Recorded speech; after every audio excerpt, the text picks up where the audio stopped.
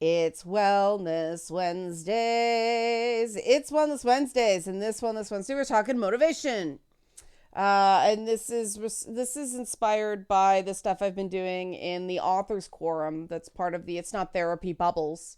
Bubbles are small groups that we get together. We talk about different things. The writers quorum is the authors quorum has become the biggest one very quickly. It's really great, but that's when I run, and I always start off with something positive. I force the writers to think positively by it's something like the first one I remember saying, "What are you good at as a writer?" Because people tend to focus on their weaknesses, but and you see everybody the first time is like, "Oh God." But now that we've had a few, there's people who are expecting it now, and so they're prepared to think positively. And what that does, it stokes, right? It motivates. And that's very important. Society encourages us to work on our weaknesses, to focus on our failures. That is a terrible way to motivate yourself. It psychs you out. If you like this sort of content, help support this channel. Become a monthly patron, patreon.com/Leanna K. Or buy a one-time Leanna Care session for someone who can use it but can't afford it. Sometimes you subsidize bubbles that way too. For people who, just can't afford it, coffee.com/Leanna K. So those sessions you buy are super, super important for going through a hard time. Because often people need support right when they can't afford it, right? Because they've lost their job or there's a medical emergency or something, right? Okay. So, I deal with a lot of health shit between the autoimmune and long COVID. I was at the rheumatologist last week and osteoarthritis and bursitis and all this awesome stuff. And, yeah. But this is what happens when you're hardcore. When you're younger, you wear out your joints. But I can't focus on that. I got to focus on what I can do, right? I got to do my exercises because it makes me feel better. I got to get enough sleep.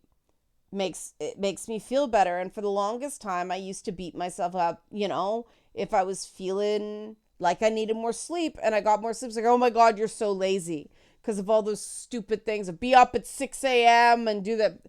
That is not the way I work. No. Screw you daywalkers, right? That's the inner critic, right? You want an inner coach.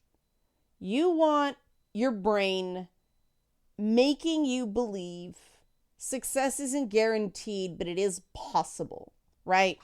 And every expert on this subject says it's about setting achievable goals, things you can do, as opposed to things you have no control over. So I'm going to be a millionaire by 30. No, you can't control that. I'm going to do the best I can every day. That you can't control, right? I like to figure out what I'm going to do the next day, like top 3 things. So if I get those done, okay, accomplished for the day. And being reasonable about what I can do, especially since my Wednesdays and my Thursdays are very, very long days because they're client days. And I keep those mostly to those days precisely because they are 12 to 14-hour days. I can't do that every week. I'd have no time for anything else. And even if I was always doing, I still have to do invoicing and maintenance and website updates and all that stuff, right? There are other things I have to do. And so setting those boundaries isn't slacking. It isn't being lazy. It's being realistic. And I actually get more done in a week when I set reasonable expectations and I push myself and grind myself into the dirt. And I'm really bad for overworking. So that is something I have been consciously working on a lot. But, you're saying, what if you do have issues? What if you do have issues with laziness?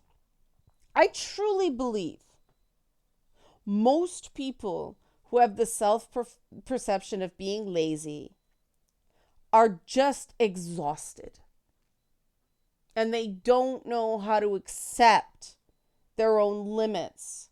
So they're pushing themselves too hard and they've got nothing left in the tank.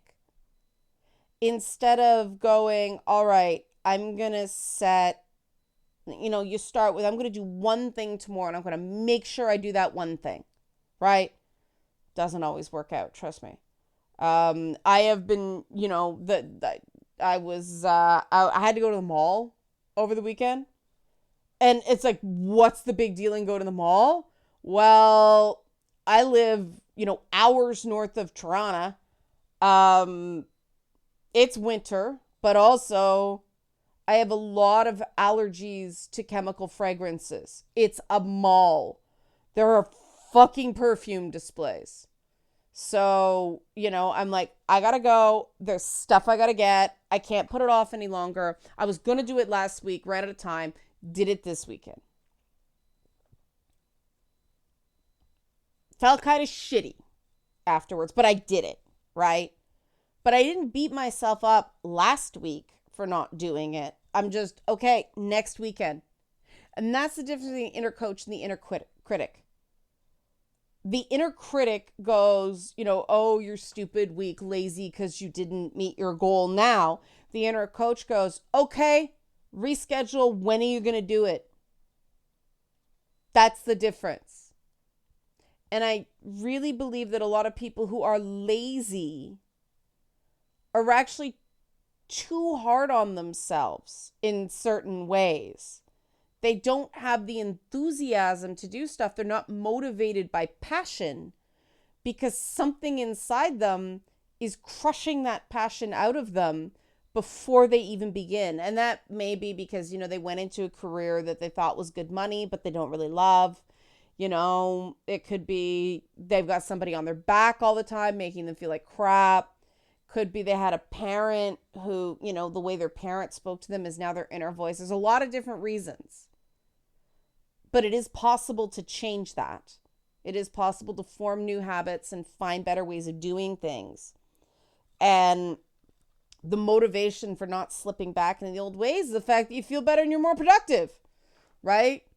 So try it. Try setting an achievable goal. It's going to seem like nothing, right? I'm going to get out of bed and immediately get showered and dressed, instead of slumming around, being goblin mode for 3 hours. Something that's simple, right? I'm going to eat a vegetable this week. Some people eat no vegetables. One of the best things my mother did is got us used to vegetables. But some people didn't. So vegetables are weird. Small things like that. Because the whole point is guaranteeing you will achieve this. I learned this in trauma therapy. Okay. And I felt like such a loser doing this at first because inner critic, right? But the more I did it, the more it made sense. And the more my brain rewired to thinking you can do this as opposed to you can't do this, or here's the reasons you can do this as opposed to here's the reasons you can't. Because anybody can tell you why something can't be done.